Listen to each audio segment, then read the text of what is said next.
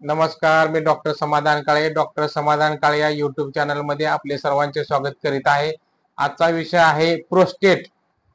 याला मराठीमध्ये आष्टीला विकार पण असे म्हटले जाते. याला बीपीएच म्हणजे बेनिगन प्रोस्टॅटिक हायपरप्लासिया म्हटले जाते किंवा प्रोस्टेट ग्रंथीवर सूज येणे असे पण म्हटले जाते. तर वयाच्या 50 नंतर पुरुषांना हा त्रास सहसा जाणवतो. 75 ते 85 वयामध्ये ह्याचे प्रमाण जास्त असते.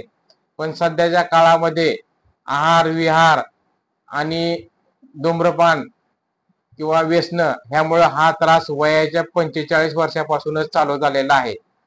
प्रोस्टेट आणि युरिनरी ब्लॅडर म्हणजे मूत्राशयामुळे जर चे आजार यामुळे संधिवात, मूत्रपिंड विकार, युरेमिया असे उपद्रव होतात.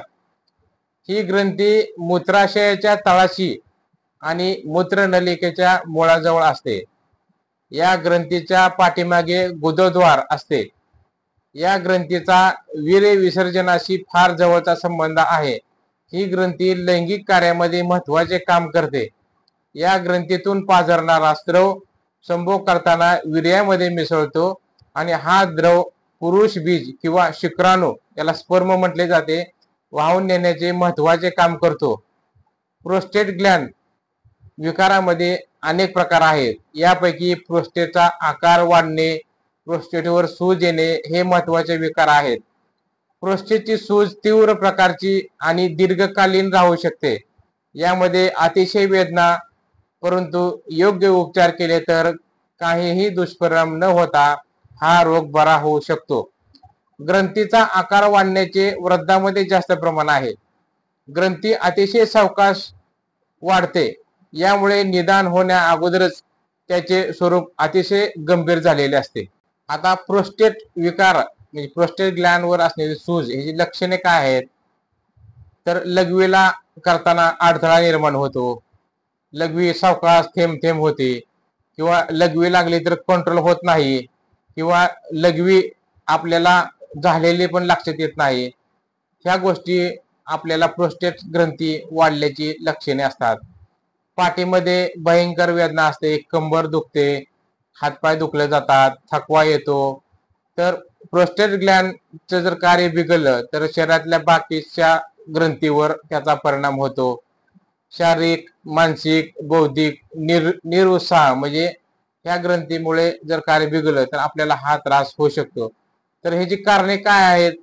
तर पहिली गोष्ट लठ्ठपणा, वजन जास्त असेल, बैठे काम जास्त असेल, ह्याच्यामुळे सुद्धा आपल्याला प्रोस्टेट होऊ शकतं.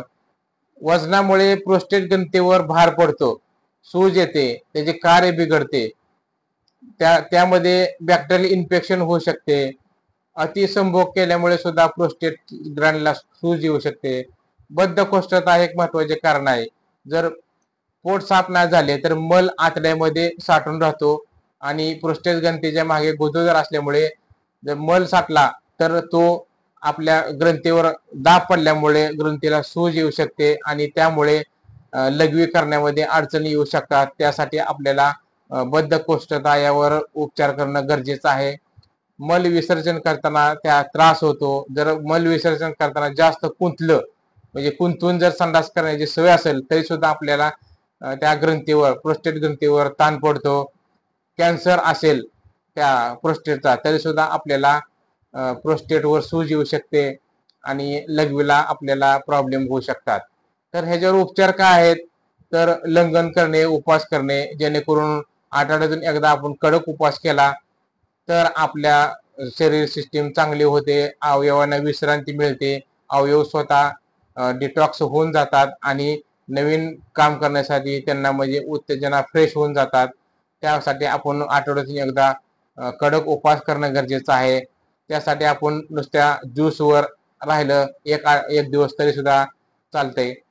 त्यानंतर आपण समतोल आहार घ्या, चौरस आहार घ्या, म्हणजे ज्यामध्ये सर्व प्रकारचे विटामिन्स, खनिजे, मिनरल्स असणे गरजेचे आहे. व्यायाम करणं गरजेचं आहे. वजन वाढलं असेल तर वजन कमी करा. कोवळा म्हणजे ग्रामीण भागामध्ये त्याला कवाळ म्हटलं जातं. तर त्याचा आपण रोज एक ग्लास जर ज्यूस पेला 3 महिने तर सुद्धा आपल्याला प्रोस्टेट ग्रंथीचा जो विकार आहे त्यापासून मुक्तता मिळू शकेल. अतिसंभोग करणे टाळणं गरजेचं आहे. कॉन्स्टिपेशन उपचार करा, म्हणजे बद्धकोष्ठता, पोट साफ जर वारंवार होत नसेल तर त्याच्यावर कायमस्वरूपी आपण उपचार करा. आहारामध्ये बदल करा. आहारामध्ये फायबर युक्त म्हणजे चोथायुक्त म्हणजे घटक असणं गरजेचं आहे. त्यामुळे आपले पोट साफ होऊन जाईल. जर हे एवढं करून जर आपल्याला प्रोस्टेटचा त्रास जास्त जाणवत असेल, सूज जास्त असेल, तर आपल्याला ऑपरेशन करण्याशिवाय दुसरा पर्याय राहत नाही. तर आपण एक ट्रीटमेंट सांगतो तात्पुरती. जर आपल्याला ह्यामधनं फायदा मिळाला तर आपण ही ट्रीटमेंट चालू ठेवू शकता. तर टॅबलेट झेनफ्लॉक्स UTI सकाळ संध्याकाळ जेवणानंतर घ्या. टॅबलेट निमसेड पी सकाळ संध्याकाळ जेवणानंतर घ्या. सिरप निरिकी FT त्यामुळं किडनी चांगलं आरोग्य होऊन जाईल. 15 मिली सकाळ 15 मिली संध्याकाळ घ्या. पाण्यामध्ये मिक्स करून घ्या. कॅप्सूल युरिमॅक्स 0.4 mg रोज एक गोळी सकाळी घ्या. त्यामुळे जर आपल्या मूत्र ह्या प्रोस्टेटवर सूज असेल तर ती सूज त्या युरिमॅक्स 0.4 मुळे कमी होणार नाही, पण आपली लघवी चांगल्या प्रकारे होऊन जाईल. जर युरिमॅक्स 0.4 न जर आपल्याला नाही फरक वाटला तर रॅपलिप D8 गोळी रोज एक घ्या. त्यामुळे आपली सूज पण कमी होईल आणि लघवी पण चांगली होऊन जाईल. ही गोळी काही दिवस घ्या. जर हे एक दिवस घेऊन जर आपला त्रास कमी नाही झाला तर प्रोस्टेट चे ऑपरेशन करणं गरजेचं आहे. तर ही माहिती कशी वाटली? लाईक करा, शेअर करा, सबस्क्राईब करा. धन्यवाद.